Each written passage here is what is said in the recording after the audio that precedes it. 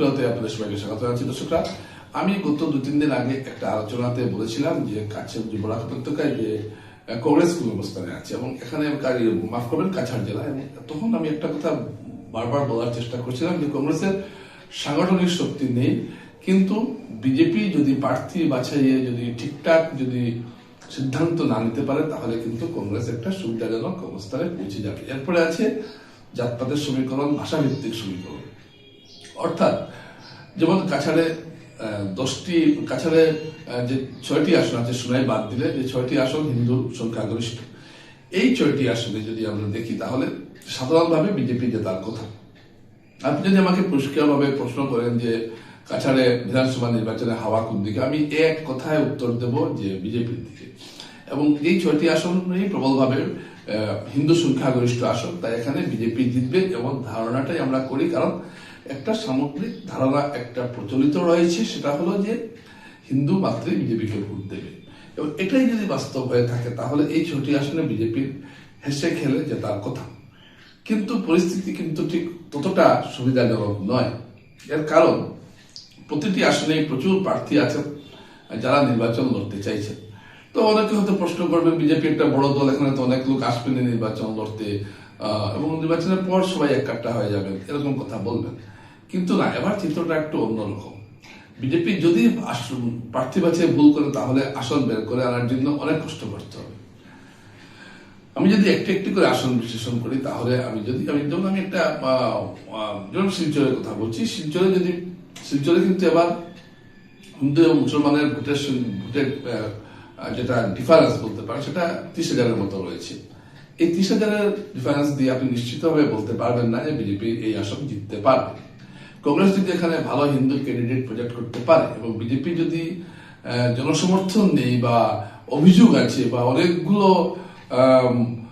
অনেকগুলো অসন্তুষ্টি আছে এমন কোনো কাউকে এখানে প্রার্থী করে, তাহলে এখানে বিজেপি একটা প্রতিযোগিতার মধ্যে পড়ে যাবে, অর্থাৎ হেসে খেলে জিতে যাব, 60,000, 40,000, 60,000 ভোটে জিতে যাব, এইরকম পরিস্থিতি কিন্তু শিলচরে আর তৈরি হচ্ছে না। তো এখানে বিজেপি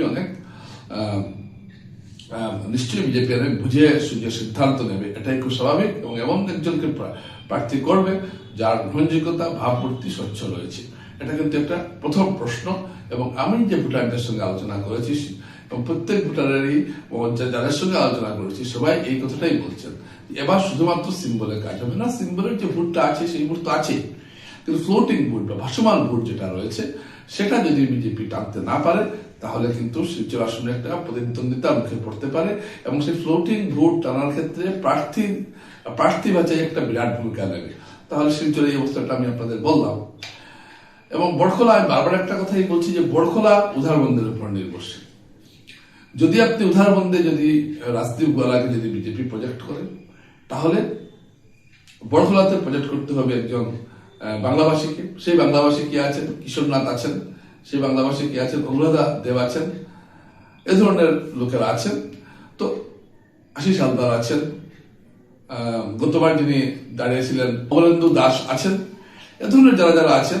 কিন্তু এরা দাঁড়ালেও আপনারা মনে রাখবেন কংগ্রেস এখানে অমিত কালোয়ারকে টিকিট দিতে পারে, এবং অমিত কালোয়ার চা বাগান এলাকায় একটা সাংঘাতিকভাবে, চা বাগান শুধু নয় বাঙালি অধ্যুষিত এলাকাগুলো সাংঘাতিকভাবে একটা প্রভাব ফেলছেন, এবং তিনি দলের ঊর্ধ্বে উঠে নিজেকে একজন গ্রহণযোগ্য প্রার্থী হিসাবে তিনি সবার সামনে নিজেকে নিয়ে আসতে তিনি সফল হয়েছেন। এবং এর ফলে কি হয়েছে, যদি অমিত কালোয়ারকে আটকাতে হয় তাহলে বড়খোলাতে বিজেপির প্রয়োজন একজন হিন্দিভাষীকে প্রার্থী করা। এটা কিন্তু ঘটনা। হিন্দিভাষী প্রার্থী বলতে এখানে আমরা দেখতে পাচ্ছি ভোলানাথ যাদব আছেন, পরে মানব সিং এখানে মনোনয়ন দিয়েছেন। বিভিন্ন মহল থেকে প্রশ্ন করা হচ্ছে কৌশিক রায়কে এখানে দেওয়া হোক, কিন্তু কৌশিক রায় আমার কাছে এটা বিশ্বস্ত সূত্রের খবর কোন অবস্থায় লক্ষ্মীপুর ছাড়তে চাইছেন না। অর্থাৎ তা মানে দেখুন উধারবন্দের সঙ্গে একটা সম্পর্ক রয়েছে, উধারবন্দের সঙ্গে একটা বড়খোলা একটা সম্পর্ক রয়েছে। তো এখানে যদি এখানে বাংলাভাষীর প্রার্থী দেওয়া হয় তাহলে কিন্তু বিজেপির জন্য একটা সমস্যা তৈরি হতে পারে এখানে। অর্থাৎ দেখুন প্রায় 45,000 ভোট বেশি থাকার পরও এইগুলো বিষয় কিন্তু বিজেপি নেতৃত্বকে ভাবাচ্ছে, কিন্তু এটা হওয়ার কথা ছিল না। কারণ সিম্বল দেখবে, ভোট দেবে, যাকে ইচ্ছা দেওয়া হোক, কিন্তু পরিস্থিতিটা ঠিক সেরকম না। তার মানে বিজেপিকে উধারবন্দে এবং বড়খোলাতে অত্যন্ত অনেক বিষয় চিন্তা ভাবনা করে বিজেপিকে টিকিট দিতে হবে, না হলে দুটো আসনেই সমস্যায় পড়তে হবে। এবং আপনারা জানেন যে উদাহরণদায় স্থানীয়রা সাংঘাতিকভাবে বিদ্রোহী হয়েছেন, কিন্তু এটাও ঠিক রাজদীপ গোয়ালা বেশ গত এক দেড় মাসের মধ্যে অনেকটাই তার অবস্থান শক্তিশালী করতে পেরেছে। এই আসনে আমরা দেখতে পাচ্ছি যে স্থানীয়রা একজুট হয়েছেন এবং স্থানীয়দের বাইরে মৃদুল মজুমদার রয়েছেন, তিনিও অনেকটা কাজকর্ম করছেন, দৌড়ঝাঁপ করছেন। আমরা দেখছি এখানে সীমাবদ্ধ রায় আছেন, যে গার্জেনের মধ্যে আমরা দেখতে পাচ্ছি তিনিও একটা জনসংযোগ রাখছেন। জয়জ্যোতি দে আছেন, কাঞ্চন সিং আছেন, আমরা দেখতে পাচ্ছি সুরেন্দ্র কুমার সিং আছেন। সুরেন্দ্র কুমার সিং গত 2006 এবং 2011 সালে বিজেপির টিকিট পেয়েছিলেন, তিনিও আছেন এই ময়দানে আমরা দেখতে পাচ্ছি এবং তিনিও জনসংযোগ রাখছেন। 11 জনের মধ্যে তিনিও আছেন। সুতরাং দেখতে পাচ্ছি যে উদাহরণ একটা জটিল সমস্যা রয়েছে বিজেপির জন্য। সঞ্জায়িত সিংহ এখানে আসতে পারেন, তো সব মিলিয়ে একটা জটিল পরিস্থিতি রয়েছে উদাহরণ। লক্ষ্মীপুরে কৌশিক রায় আমি নিশ্চিতভাবে বলছি যে কৌশিক রায় একটা এগিয়ে আছেন, কিন্তু লক্ষ্মীপুরের সমীকরণটা একটু আপনাকে চিন্তা করতে হবে।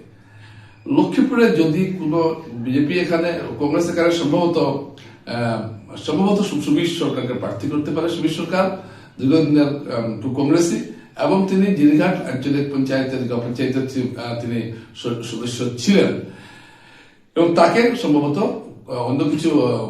কংগ্রেস প্রার্থী করতে পারে। এবং সুবীর সরকার যদি বিজেপির মেন ভোট ব্যাংক কোনটা, বিজেপির মেন ভোট ব্যাংক হচ্ছে চারশোরের লক্ষ্মীপুরে চারশোরের ভোট ব্যাংক, আর কোনটা বাঙালি হিন্দু যেটা ভোট ব্যাংক। এই বাঙালি হিন্দু ভোট ব্যাংকে যদি একটা ফাটল ধরে তাহলে কিন্তু এখানেও একটা প্রতিদ্বন্দ্বিতার সম্ভাবনা আছে, যদিও এই ধরনের সম্ভাবনা কম, কারণ বাঙালি হিন্দুরা কমিটেড বিজেপির ভোটার। লক্ষ্মীপুরে তারা বিজেপিকে ভোট দেবেন এটাই মনে হচ্ছে এখন পর্যন্ত আমার কাছে। কিন্তু যেহেতু বিজেপি কংগ্রেস বাঙালি হিন্দু প্রার্থীর প্রজেক্ট করছে, তাই সেক্ষেত্রে কি হতে পারে এটা আমি এই মুহূর্তে কিছু বলতে পারছি না। কিন্তু কারণ এখানে প্রায় 40,000 মতো বাঙালি হিন্দু ভোট রয়েছে। বাঙালি হিন্দু, মুসলমান এবং ট্রাইবেল এই তিনটা ভোট যদি একত্রিত হয়ে যায় তাহলে কিন্তু কংগ্রেস বিজেপির সঙ্গে এখনো একটা বিরাট ফাইট দিতে পারবে। যদিও যে ব্যক্তিকে এখানে বিজেপির প্রার্থী হতে যাচ্ছেন তিনি কৌশিক রায় মন্ত্রী, তিনি গত 5-6 বছরে তিনি অনেক কাজ করেছেন। সুতরাং তিনি খুব একটা প্রতিদ্বন্দ্বিতার সম্মুখীন হবেন বলে আমার মনে হচ্ছে না। তবে রাজনীতিতে কিছু বলা যায় না। গতবারও তিনি কষ্ট করে, গতবারও তাকে প্রতিদ্বন্দ্বিতার মুখে পড়তে হয়েছিল। এবার যদি কোনো কারণে যদি বাঙালি ভোট ব্যাংকে যদি একটা ফাটল ধরতে পারে তাহলে কিন্তু লক্ষ্মীপুরেও কিন্তু আপনি বলতে পারবেন না যে ক্লিন সুইপের জায়গা নেই। যদিও আমি আবারও বলছি, আমি যতটুকু পর্যবেক্ষণ করেছি লক্ষ্মীপুরের বাঙালি হিন্দু অধ্যুষিত এলাকায় এগুলো ভোট বিজেপির দিকেই যাবে এটাই মনে করি। কিন্তু আগামী কয়েকদিনে কি হতে পারে সেটা তো আর এই মুহূর্তে বলা সম্ভব নয়। ধরাইয়ে নিহারঞ্জন দাস কে 3টি মন্ডল থেকেই যখন মতামত নেওয়া হচ্ছিল তখন নিহারঞ্জন দাসকে সমর্থন করা হয়েছিল এবং অনেকেই এই সমর্থন নিহারঞ্জন দাসকে টিকিট প্রাপ্তিতে অনেক সহায়তা করবে এটা বলার অপেক্ষা রাখে না। কিন্তু পরিমল শুক্লবৈদ্য কোন অবস্থা নেন এটার উপরে নির্ভর করছে নিহারঞ্জন দাস টিকিট পাবেন কি পাবেন না। যদি পরিমল শুক্লবৈদ্য নিহারঞ্জন দাসের বিরোধী অবস্থান নেন, তিনি যদি উমেশকান্তি দাস বা মিহিরকান্তি রায় বা এই ধরনের আরো যারা আছেন তাদের কাউকে যদি সমর্থন করেন তাহলে কিন্তু নিহারঞ্জন দাসেরও এখানে সমস্যা রয়েছে। কিন্তু এখন পর্যন্ত যা পরিস্থিতি, পরিমল শুক্লবৈদ্য কোনো জায়গায় বলেননি যে তিনি নিহারঞ্জনকে চাইছেন না বা চাইছেন, এই কথাও তিনি বলেননি। তিনি শুধু বলেছেন যে আমি সময় মতো যে সঠিক জায়গায় সঠিক কথা বলবো এটা তিনি বলেছেন। ঘনিষ্ঠ মহল এটা আমার কাছে খবর আছে। সুতরাং এবং ধলাইতে যদি নিহারঞ্জন দাসকে প্রার্থী করা হয় তাহলে কংগ্রেস এখানে ধ্রুবজ্যোতি প্রকাশিত হীরক দাসের মধ্যে একজনকে প্রার্থী করবে। তো সেক্ষেত্রে ধ্রুবজ্যোতি প্রকাশ যদি প্রার্থী হন তাহলে গতবারের পরিস্থিতি তৈরি হতে পারে। এই একটা বহিরাগত এবং স্থানীয় বিষয়টা আবার আসবে, এটাও কিন্তু একটা সমস্যা। তাই ধলাইতেও কিন্তু প্রার্থী নির্বাচনের ক্ষেত্রে বিজেপি অনেক চিন্তা ভাবনা করতে হবে। এখানেও প্রচুর হিন্দু ভোট বেশি রয়েছে, তা সত্ত্বেও কিন্তু বিজেপি এখানে নিশ্চিত জয় আনতে গেলে কিন্তু প্রার্থী বাছাই সঠিক হতে হবে এবং এটা বিজেপি নেতৃত্ব অবশ্যই বিবেচনা করবে। কাটিগড়ায় কমলাক্ষ দেব প্রকাশিত টিকিট পেতে পারেন এমন ইঙ্গিত মুখ্যমন্ত্রী দিয়েছেন, এটা আমরা জানি। কিন্তু তার চেয়ে যে বড় কথা সেটা হলো যে কাটিগড়ার যে স্থানীয় সংগঠন কমলাক্ষ দেব প্রকাশকে চাইছেন না, যদিও কমলাক্ষ দেব প্রকাশ গত 2 বছরে স্থানীয়দের মধ্যে একটা প্রভাব বিস্তার করতে পেরেছেন। তাই কাঠিগড়া তো টিকেটের ক্ষেত্র ঠিক অন্য আসনের মতোই একটা কিন্তু কিন্তু কিন্তু রয়ে গেল এখানে। তো এই যতগুলো আসনের কথা যে আপনাদেরকে আমি বললাম, আপনারা সব জায়গায় দেখবেন যে বিজেপি শুধুমাত্র প্রার্থী ঠিক হলে, তাহলেই প্রার্থী যদি সঠিক হয়, সব দিক বিবেচনা করে যদি প্রার্থী দেওয়া হয়, তাহলে কিন্তু বিজেপি ছটি আসনে জিতবে। আর যদি না দেওয়া হয়, তাহলে প্রত্যেকটি আসলে একটা প্রতিদ্বন্দ্বিতার সম্মুখীন হবে। আর রাজনীতিতে আপনারা জানেন যে নির্বাচনী রাজনীতিতে প্রতিদ্বন্দ্বিতা থাকা মানে আমি হারতেও পারি, জিততেও পারি, মানে যা কিছু টাই বেকারের মতো খেলাটা হয়ে যায়, হারতেও পারি, জিততেও পারি।